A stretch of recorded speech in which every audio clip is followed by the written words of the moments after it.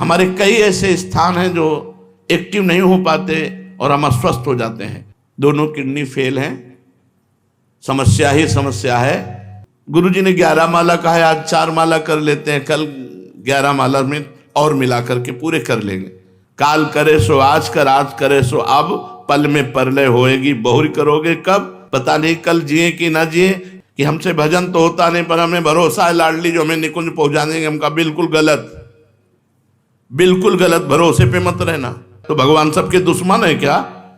भगवान सबसे वैर किए हुए हैं क्या? हर समय नाम जप भजन और फिर भरोसा। जो प्रण लो, जो प्रतिज्ञा करो, जो निश्चय करो, उस पे चलो। थोड़ी सी बात में प्रत्युत्तर में दुखी हो जाना, जरा सा बात बोला नाक पे गुस्सा, सहनशीलता ना होना, ये भक्ति का बहुत बड़ा दोष है। ये पार्थिव स्नो पाउडर लगा करके तुम सखी बन जाओगे, इससे भगवान मोहित हो जाएंगे तुमसे। भगवान को साक्षी करके वो बोले, हृदय को साक्षी करके कि मैं पवित्र हूं, हो ही नहीं सकता। उतने 10 मिनट 20 मिनट में 24 घंटा के भजन पर पानी फेर देगा मोबाइल। यद्यपि विघ्नों का विस्तार है, पर कुछ विघ्न जिनको हम समझ सकते हैं। विघ्नों का तो भंडार माया ही संपूर्ण विघ्नमय है। आहार दोष, बुरी कमाई, बेईमानी का, दूसरे के हक का यदि अन्न है तो भगवत चिंतन नहीं होने देगा। साधु का आकाश वृत्ति, माधुकरी वृत्ति, इन 2 वृत्तियों से ही जीवन चलावे। आकाश वृत्ति स्वयं जो मिल जाए, माधुकरी वृत्ति 5-7 घरों में मांग कर खाए। गृहस्थ सच्ची कमाई का, पवित्र धन का, पवित्र अन्न रांध कर भगवान को भोग लगाकर प्रसाद रूप में पाए तो आहार दोष से मुक्त हो जाएगा। आहार दोष ये भक्ति का प्रथम दोष है जो भजन नहीं होने देगा। प्याज लहसुन, जिस रसोई में मांस रांधा गया हो उस रसोई का बना हुआ अन्न, अगर एक बार पात्रों में मांस रांध दिया गया है और उसी में खीर पूड़ी रोटी दाल बना के आपको दी जाए तो जो मांस खाने से बुद्धि अपवित्र होगी वही उस पात्र के रांधे हुए अन्न के खाने से बुद्धि अपवित्र हो जाएगी। इसलिए आहार पर विशुद्ध भाव हमारा रहे। हम ऐसा आहार तैयार करें जो भगवान को भोग लगा सकें और प्रभु को भोग लगाने के बाद उसे पावें। दूसरा, शरीर का अस्वस्थ रहना। यदि हम व्यायाम नहीं करेंगे, कुछ देर आसनों पर नहीं बैठेंगे, प्राणवायु शुद्ध नहीं रखेंगे तो अन्न खा रहे हैं, हमारा शरीर दोषयुक्त हो जाएगा। गैस, ब्लड प्रेशर, शुगर, ये साधारण सी बीमारियां असाधारण रूप धारण कर लेंगी।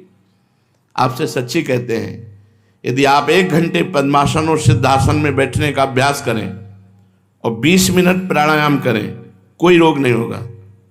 ब्लड प्रेशर, शुगर, कुछ नहीं। ब्रह्मचर्य ठीक है, आसनों का थोड़ा अभ्यास है, क्योंकि आप लोग कोई गृहस्थ थोड़ी हो। जो गृहस्थ हैं वो भी 30 मिनट 40 मिनट का तो अभ्यास कर ही सकते हैं। वो केवल अपनी पत्नी से संतानोत्पत्ति के लिए सहवास करें, वो ब्रह्मचारी ही माने जाते हैं। जो एक पत्नी व्रत केवल संतानोत्पत्ति के लिए सहवास करता है। और आसनों पर बैठने से संपूर्ण शरीर में जो रोग रोकने की क्षमता है वो बढ़ती है। जैसे आप पद्मासन, हर नस नाड़ी आपकी एक्टिव हो जाएगी। हमारे कई ऐसे स्थान हैं जो एक्टिव नहीं हो पाते और हम अस्वस्थ हो जाते हैं। प्राणवायु के संशोधन के द्वारा मन एकाग्र, ब्रह्मचर्य पुष्ट, प्राणवायु सूक्ष्म, अखंड भगवत चिंतन। जवान शरीरों में 1 घंटा व्यायाम होना चाहिए, नाम जप करते हुए, दंड बैठक, 2-3 किलोमीटर दौड़ना, चलना फिरना, जो भी व्यायाम, आसन, प्राणायाम, इस साधु के जीवन। हमारे गुरुजी रसिक शिरोमणि हैं, तीनों बातें होती हैं। आप देखते हो भ्रमण करने जाते हैं, हमने देखा है एकांत में व्यायाम और प्राणायाम करते हुए, प्राणायाम व्यायाम, क्योंकि शरीर स्वस्थ तो भगवत उत्साह बना रहता है। दोनों किडनी फेल हैं, समस्या ही समस्या है। पर यदि पूर्व से साधन पक्ष ना होता तो हम तुम्हारे सामने बोल नहीं सकते थे। लेकिन आज भी अपने टाइम से साधना में बैठते हैं, तब टाइम से उठते हैं। ज़्यादा देर बैठने की क्षमता नहीं रहती तो सोफा का आश्रय ले लेते हैं, पीठ ऐसे लगी रहे। साधन पर शिथिलता मतलब मृत्यु, शरीर जमुआई आ रही है, ये रोग हो गया वो। हर रोग को शासन में लेने के लिए आसन और प्राणायाम है, आप करके देख लो। हर रोग को शासन में, जब आपका कफ ठीक हो जाएगा और पित्त ठीक हो जाएगा और वायु ठीक हो जाएगी तो आपका शरीर फूल जैसा हो जाएगा, स्वस्थ हो जाएगा। बिगड़ता यही तीन है और तीनों को शासन में लेने के लिए पर्याप्त है आसन और प्राणायाम। ये कौन करता है? तो कितना आपके अंदर चिंतन चलता है, धुआंधार चिंतन चलता है। जिस समय आपकी प्राणवायु सूक्ष्म होगी, एक एक श्वास में 10-10 बार नाम, 20-20 नाम जरूर। अस्वस्थता शरीर में ना आने पाए। यावत स्वस्थमिदम कलेवरम यावच्च दूरे जरा। स्वस्थमिदम कलेवरम, इदम कलेवरम, ये शरीर यदि स्वस्थ है बहुत बढ़िया भजन, भजनानंदी के लिए, नहीं भोगी पुरुष के लिए तो भोगों में उतर जाएगा। साधक को चाहिए, मान लो हमारी बात, व्यायाम जरूर करो, 20-30 मिनट ही व्यायाम करो और 10-20 मिनट प्राणायाम करो, जरूर करो। मान लो नाम राधा राधा रटते हुए प्राणवायु का संशोधन, आप तेजस्वी रहेंगे। साधु का चेहरा बुझा हुआ थोड़ी होता है। मुख प्रसन्न तन तेज विराजा, कीन्हे रामचंद्र कर काजा। भगवान के कार्य में स्थित है, इसलिए मुख में प्रसन्नता और तेज विराजमान होता है। साधु ढकी हुई राख में जैसे अग्नि, ऐसा होता है। अगर आप आसन प्राणायाम व्यायाम ये सब नहीं करते तो आप कुछ भी खाइए, आपका स्वप्न दोष होगा, आप गलत विचार वाले होंगे, आपके अंदर प्रमाद होगा। कुछ दिनों में शरीर गैस आदि रोगों से युक्त हो जाएगा। गैस बनती है, हमें ये पर गैस वैस। आसन में बैठो, हाँ 2 घंटे पद्मासन में बैठो, देखो अगर कपार से लेकर तुम्हारे नाखून तक पसीना ना जाए तो हमें बता देना। हर नस नाड़ी एक्टिव हो जाएगी। 2 घंटे 20 मिनट बैठना तो मुश्किल है, बैठ के देखो 40 मिनट में तो लहरें आने लगेंगी। बैठ के तो देखो, पूरे शरीर को स्वस्थ रखने के लिए हमारे यौगिक मार्गों में ऐसी व्यवस्थाएं हैं। और जब आसन प्राणायाम करें तो कम से कम 45 मिनट कुछ भी ना खाए पिए। अगर खाए पियोगे तो वायु बिगड़ जाएगी। आलस्य, गुरुजी ने 11 माला कहा है, आज 4 माला कर लेते हैं, कल 11 माला में और मिला करके पूरे कर लेंगे। कल आया परसों कर लेंगे, ऐसा आलस्य नहीं।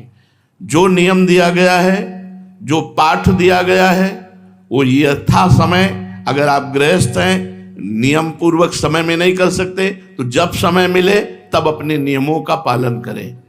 आलस्य न करें। आज की सेवा को, आज के जप को, आज के पाठ को कल के ऊपर न छोड़े। काल करे सो आज कर, आज करे सो अब, पल में परलय होएगी बहुरी करोगे कब, पता नहीं कल जिए कि ना जिए। तो आज गुरु जी ने जो नियम दिया है उसे हम जल्दी उठें और उठ करके अपने नियम को पूरा करें। प्रमाद ना करें, आलस्य प्रमाद न करें। भगवत कार्य को, हम करने योग्य कार्य को त्याग करके ना करने योग्य कार्य में उत्साह रखना, इसे प्रमाद कहते हैं। आलस्य आज के कार्य को कल के ऊपर छोड़ना और प्रमाद ना करने योग्य कार्य करने का उत्साह रखना और करने योग्य कार्य को छोड़ देना, इसे प्रमाद कहते हैं। ये भक्ति के बड़े दोष हैं, प्रमाद नहीं होना चाहिए। पुरुषार्थहीनता, और आप लगे हो कायरता पूर्वक प्रपंच में, हो जाएगा लाडली जी की कृपा से। नहीं, आप प्रयत्न पूर्वक भजन कीजिए, फिर लाडली जी की कृपा से सब हो जाएगा। मन क्रम बचन छाण चतुराई, भजत कृपा कर है रघुराई। ये शरणागति आश्रय नहीं है। जैसे एक ने प्रश्न किया एकांतिक में कि हमसे भजन तो होता नहीं पर हमें भरोसा है लाडली जो हमें निकुंज पहुंचा देंगे। हम कहा बिल्कुल गलत, बिल्कुल गलत। भरोसे पे मत रहना। भरोसा तब दृढ़ माना जाएगा जब आपके आचरण पवित्र और नाम सुमिरन चल रहा है। आपका सुमिरन नाम पवित्र है, परम पवित्र भगवत भजन न करे, मनमानी आचरण करो और तुम निकुंज आए वैकुंठ से विमान तुम्हारे लिए आ जाएगा। तो भगवान सबके दुश्मन है क्या? भगवान सबसे वैर किए हुए हैं क्या?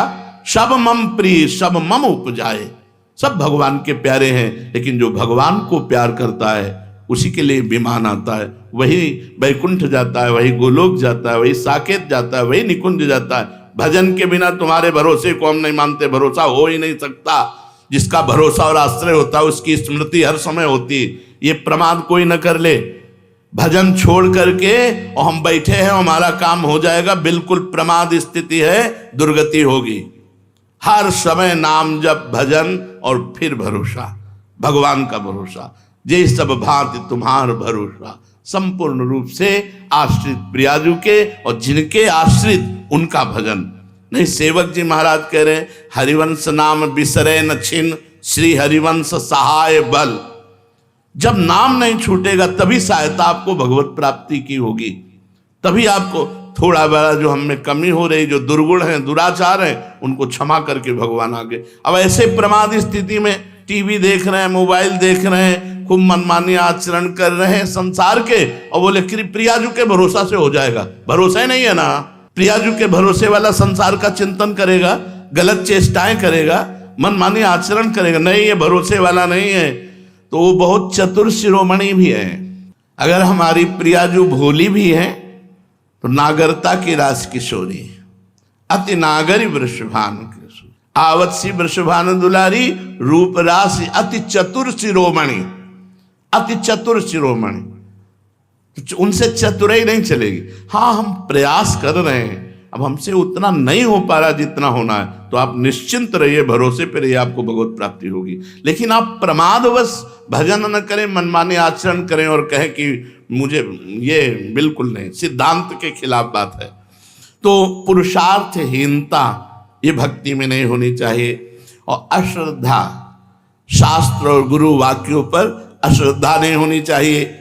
हमेशा सत्कर्म के लिए जो हमारे शास्त्र आदेश करते हैं, गुरु आदेश करते हैं, जैसा आदेश करते हैं बिल्कुल ठीक वैसे आचरण करना होता है। कभी कभी कड़वी दवा होती है, समझ में नहीं आता ऐसा क्यों कहते हैं। पक्का समझो, अश्रद्धा नहीं होनी चाहिए, वो आपको इतनी ऊंचाई पर उठा देंगे कि आप समझ नहीं पाएंगे। इसलिए गुरु वाक्यों पर अश्रद्धा नहीं होनी चाहिए। वो जो बोले तो बस वचनम करिष्येताम, जो आप बोल रहे हैं वही मुझे करना है। वो धर्म है कि अधर्म है, अच्छा है कि बुरा, मुझे इससे कोई मतलब नहीं। हो पाएगा कि नहीं हो पाएगा इससे भी मुझे कोई मतलब नहीं। मैं शुरू करता हूं, आपकी आज्ञा है। पक्का समझिए, गुरु वाक्यों पर कभी अश्रद्धा ना हो तो नीचे ढलान में जाने वाला भी ऊपर चढ़ जाएगा।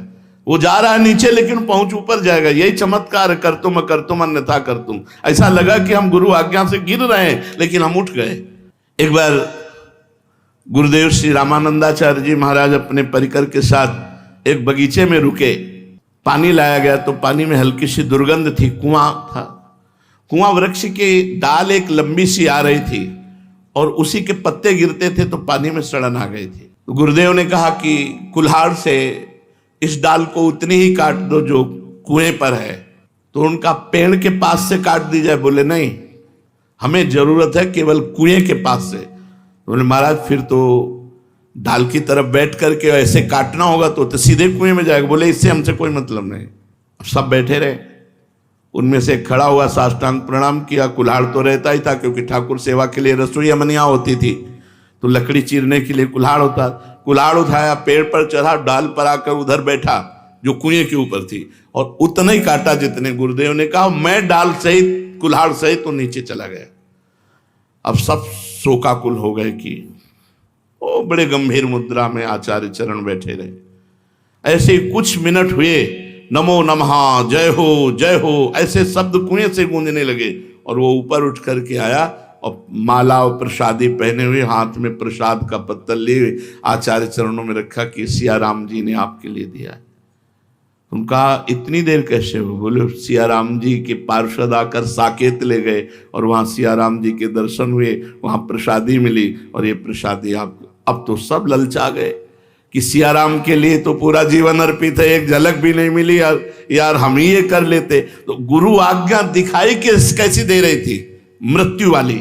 मरेगा, मैं कुल्हाड़ सहित कुएं में जाएगा, मर जाएगा। लेकिन बात क्या हुई? गुरु आज्ञा का पालन करने से अमृतत्व प्राप्त हो गया। इसीलिए अश्रद्धा नहीं, गुरु वाक्यों में अश्रद्धा नहीं और कुतर्क नहीं।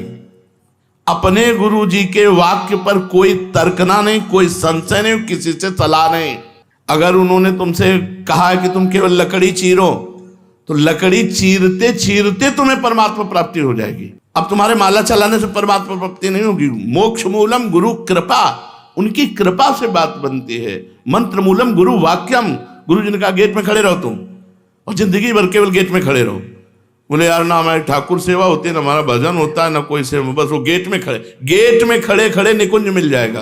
क्योंकि गुरु वाक्य है ना, तो गुरु वाक्य से सब काम बन जाएगा। तो गुरु वाक्य में कुतर्क ये बहुत बड़ी समस्या है, बड़ा अवगुण है भक्ति मार्ग में। फिर कह रहे हैं अधैर्य, बहुत बड़ी परीक्षा होती है भगवत मार्ग में। अब सालों हो गए भजन करते, कभी कोई झांकी नहीं आई, कभी कोई आनंद नहीं आया, कोई दृश्य नहीं बदला, धैर्य नहीं रहा। और हम उपासना बदल दी, धैर्य नहीं रहा, हम गुरु वचनों का उल्लंघन कर दिया धैर्य पूर्वक। यार वही काम आ रहा है, पूरा जीवन हो गया भजन करते, वही काम, वही क्रोध। पता नहीं भगवत मार्ग में दूर भी होते हैं कि नहीं होते। धैर्य यम ही न व्यथ्यन्ते, जो व्यथित नहीं होता। पुरुषम पुरुषर्षभ, हे पुरुषों में श्रेष्ठ अर्जुन, जो मन के द्वारा, इंद्रियों के द्वारा, प्रकृति के द्वारा दी हुई व्यथा से व्यथित नहीं होता। सुख दुखम, जो सुख दुख में समान भाव, वो अव्यय परम पद को प्राप्त होता है। इसलिए धैर्यवान बनो। अधैर्य भक्ति का अवगुण है। अधैर्य नहीं, बहुत धैर्य रखना चाहिए। और गुरुजन परीक्षा धैर्य की ही लेते हैं। सेवा में लगा दिया और सालों देखा नहीं, और रोज उनको चेक कर रहे हैं कि अब क्या है। सालों बात नहीं की, सालों मिले नहीं, सालों उत्साह वर्धन नहीं किया, और वो अपनी उसी सेवा में ज्यों का त्यों लगा रहा धैर्य पूर्वक, तो गले लगा लिया, हृदय से लगा लिया। धैर्य पूर्वक अपने नाम जप में, अपने भजन में, अपनी सेवा में अधैर्य नहीं होना चाहिए कि यार कुछ लाभ तो दिखाई नहीं दे रहा, हमारे अंदर वही विकार है, आते रहेंगे, चिंता मत करो। वो भी भागवतिक हैं, कोई संसारिक नहीं है। काम क्रोध लोभ ये सब भागवतिक हैं, भगवान के ही हैं सब। देखो काम भगवान श्री कृष्ण के पुत्र के रूप में, प्रद्युम्न जी के रूप में ये सब भागवतिक है। जिस दिन भगवान की कृपा को होगी एकदम सब शांत हो जाएगा। हमको चिंता नहीं करनी, हमको धैर्य रखना है।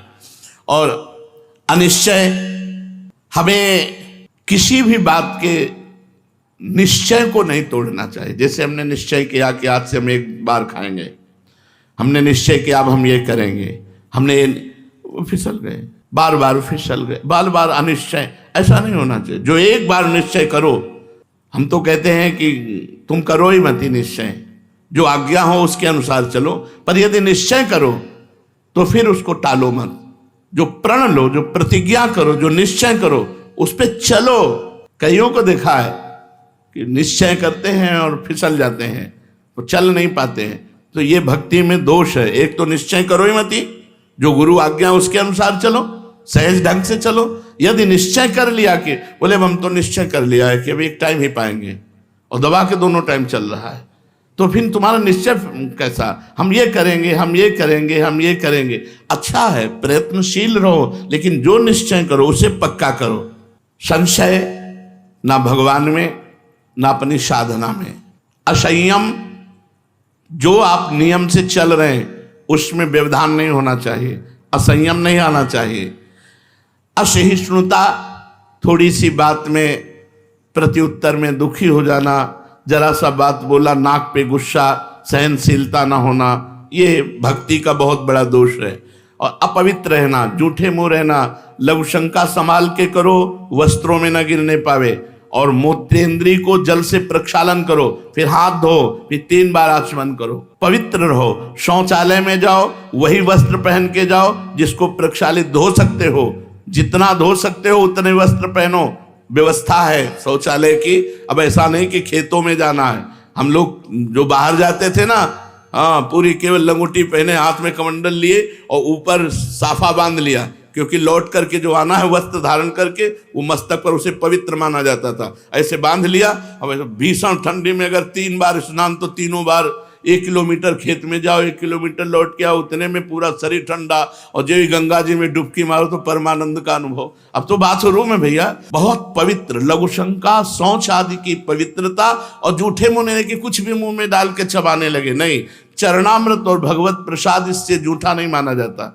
चरणामृत पी लिया तो आचमन की जरूरत नहीं, भगवान के प्रसाद का किनका ले लिया तो आचमन की जरूरत नहीं, मंत्र जप सकते हो। हर समय पवित्र रहना चाहिए, अपवित्रता भक्ति का दोष है। और प्रसिद्धि पुजवाने की इच्छा, लोग हमें जाने, हमारा सम्मान करें, ये भक्ति का बहुत बड़ा दोष है। सम्मानम कलयाति घोर गर्लम नीचापमानम सुधा, श्री राधा मुरली धरो वत्स के वृंदावन मात्यज। ए भाई, सम्मान को घोर विष समझो, नीच पुरुषों द्वारा किए हुए अपमान को अमृत समझो, और श्री राधा माधव का निरंतर भजन करते हुए वृंदावन धाम का वास स्वीकार करो। प्रसिद्धि, पुजवाने की इच्छा और मान की चाह, ये बहुत बड़ा दोष है जो साधक को पतित ही कर देता है।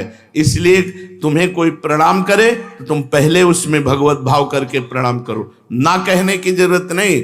हमारा नियम है कि हम पैर नहीं छुआते, तो हम आपसे प्रार्थना कर देते हैं और आपको प्रणाम करते हैं मानसिक। यदि आप जबरदस्ती छू लेते हैं तो हमारी कोई हानि नहीं है, आपका भाव है, आप है। पर अगर संत संतुष्ट होते हैं चरण छूने से तो 5 कदम दूरी से प्रणाम करो, छुओ ही मती। कुछ नहीं, भजन से होगा, भजन से। संत समागम का जो लाभ है उनके वचनों के अनुसार चलने का है। किसी से घृणा मत करो, सब में परमात्मा विराजमान है, घोर पापी में भी भगवान की भावना करो। घृणा मत किसी से करो, इसका मतलब संग नहीं करना, संग नहीं करना पर घृणा भी नहीं करना। कोई रोगी देख करके या कोई भोगी देख करके घृणा नहीं करना। घृणा शब्द साधु के हृदय में नहीं होती, भक्त के हृदय में नहीं होती। ये क्रूरा अपिपापिनो न च सताम संभाष्य दृश्यास्ते सर्वान वस्तुतया निरीक्ष। सब में अपने प्रभु को देखो, किसी से घृणा मत करो, द्वेष किसी से मत करो। निर्दयता हृदय में नहीं होनी चाहिए, दुराग्रह नहीं होनी चाहिए मैं ऐसा करूंगा ही नहीं। जैसी भगवान की इच्छा, जोई जोई प्यारो करे सोई मोई भावे। चंचलता नहीं होनी चाहिए, चल रहे हैं तो इधर उधर बैठे हैं तो दांत में कपड़ा चबा रहे हैं या तिनका चबा रहे हैं या बात कर रहे हैं, मतलब रास्ते में चल रहे हैं हंसी मजाक नहीं। गंभीरता होनी चाहिए साधक में, जहां बैठा है शांत बैठा है, भगवत चिंतन पर चल रहा है गंभीर, चलते हुए बातचीत नहीं। बातचीत करना खड़े हो गए, बातचीत की, हंसी मजाक नहीं। नारायण हरिभजन में 5 सुहाग, विषय भोग निद्रा हंसी जगत प्रीति बहुबात। जल्दीबाजी से कोई काम न करे, पूछा लगा रहे आराम आराम से, पात्र मार्जन करे आराम आराम, जब ये करना वो करना, जल्दीबाजी नहीं। भगवान नाम चिंतन करते हुए सेवा, पर दोष दर्शन नहीं। बहुत बड़ी हानि होती है जो दूसरों के दोष का दर्शन करते हैं, दूसरों के दोष का वर्णन करते हैं, दूसरों के दोषों का श्रवण करते हैं, बहुत हानि होती है। पर निंदा के कीते आवत नहीं कछु हाथ, मूर्ख पर्वत पाप को ले चल अपने साथ। जिसका तुम दोष दर्शन कर रहे हो वो दोष तुम में जागृत है, तभी दोष दिखाई दे रहा है और तुम्हारी दुर्गति का कारण बनेगा। यदि दूसरों के दोष दर्शन करोगे, दूसरों के दोष की निंदा करोगे, दूसरों के दोष की निंदा सुनोगे, तीनों बाधक है। पर दोष दर्शन, पर दोष कथन, पर दोष श्रवण।